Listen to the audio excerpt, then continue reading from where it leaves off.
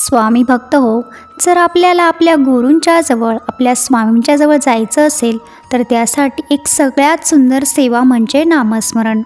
जेव्हा आपण नामस्मरण करतो तेव्हा आपण स्वामींच्या जवळ जात असतो.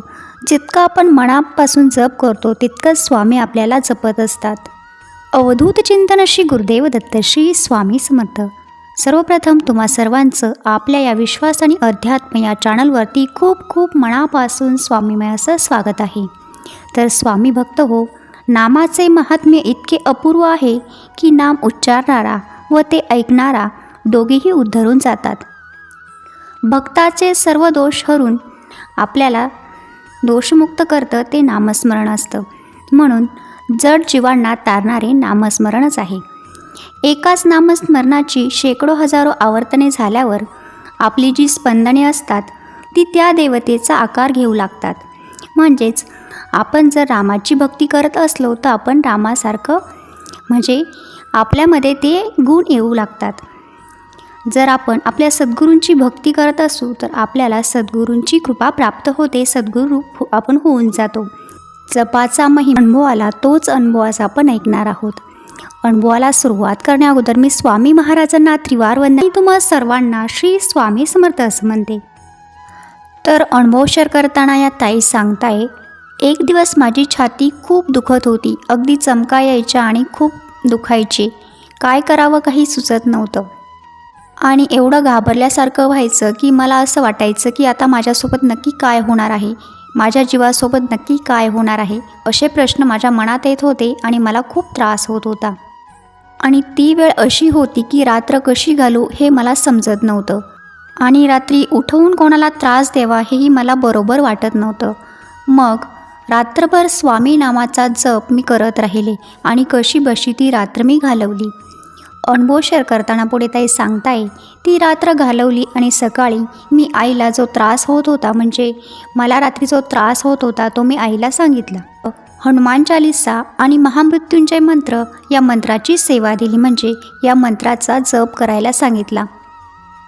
म्हणजे तारक मंत्र 11 वेळा, हनुमान चालीसा 11 वेळा आणि महामृत्युंजय मंत्र 21 वेळा आणि मग मला त्रास होत होता म्हणून मी सेवा लगेचच सुरू केली.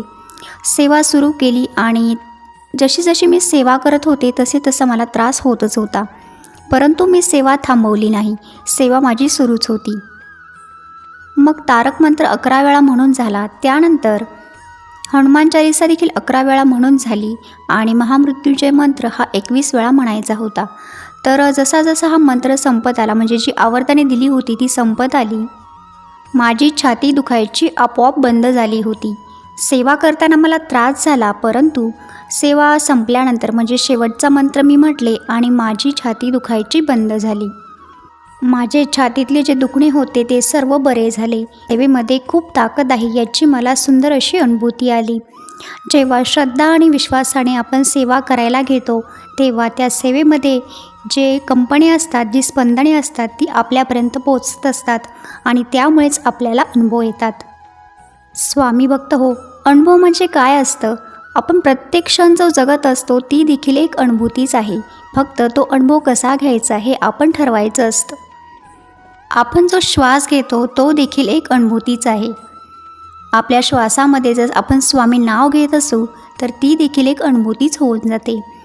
स्वामी भक्त हो, स्वामी समर्थ महाराजांचं नाव हे जपण्यासाठी आहे आणि जपण्यासाठी देखील आहे.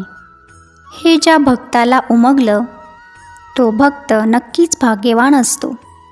स्वामी नाम आणि स्वामी नामाची जपणूक या दोन्ही गोष्टी आणि या गोष्टींच्या आचरणाने आपला देह हा स्वामीमय झाला, ही खूणगाठ आपण प्रत्येक भक्ताने आपल्या मनाशी बांधून घ्यायला हवी. आणि यानंतरच वटवृक्षाच्या छायेत आपल्याला मोक्ष मिळाला पाहिजे अशी इच्छा आपण स्वामींपुढे व्यक्त करण्यासाठी पात्र होतो. आपल्या मनातील षडरिपू आणि विकार यामुळे मनामध्ये जे वादळ उठतं त्याला शांत करण्याची शक्ती फक्त स्वामी नामातच आहे. आणि भगवंताचा, स्वामींचा कृपाप्रसाद आपल्याला तेव्हाच मिळतो जेव्हा आपण नामस्मरण जास्त करतो. नामस्मरण हे आपल्याला भगवंतापर्यंत, स्वामींपर्यंत पोहोचवण्यासाठी एक उत्तम असा मार्ग आहे. आणि यावरती विश्वास असणारा भक्त नक्कीच म्हणतो, स्वामी स्वामी जपता मनी मी, देह स्वामीमय व्हावा, वटवृक्षाच्या छायेत जमज एकसा मोक्ष मिळावा, वटवृक्षाच्या छायेत जमज ऐसा मोक्ष मिळावा. तर या ताईंच्या अनुभवामध्ये ताईंना हनुमान चालीसा, तारक मंत्र, त्याचसोबत महामृत्युंजय मंत्र अशा मंत्रांचा जप करण्याची. तारक मंत्र म्हणजे संकटातून तारून नेणारा हा मंत्र आहे. आपल्या गुरूंचा, आपल्या स्वामींचा हा महामंत्र आहे आणि या जपामुळे त्याचसोबत हनुमान चालीसा, कुठलीही भीती मनात असली, कुठलीही शंका मनात असली किंवा आपल्याला भीती वाटते, घाबरल्यासारखं होते, अशा वेळेला आपण हनुमान चालीसा म्हणत असतो. हनुमान देवतेला आपण आवाहन करत असतो, त्याची प्रार्थना करत असतो. तर याचा जप, त्याचसोबत महामृत्युंजय मंत्र जो की शिवाचा जप आहे. अगदी मृत्यूलाही हरण करू शकणारा असा हा मंत्र आहे. एवढी ताकद या मंत्रामध्ये आहे. तर या तीनही मंत्रांची सेवा आणि त्यातून त्यांना हा सुंदर अनुभव आला. तर स्वामी भक्त हो, तुम्हाला या ताईंचा अनुभव कसा वाटला ते तुम्ही मला कॉमेंटमध्ये नक्की सांगा.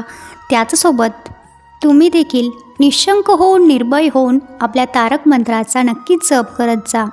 जितका स्वामी नामाचा आपण जप करतो, जितकं आपण नामस्मरण करतो, तितके स्वामी माऊली आपल्याला जपत असतात.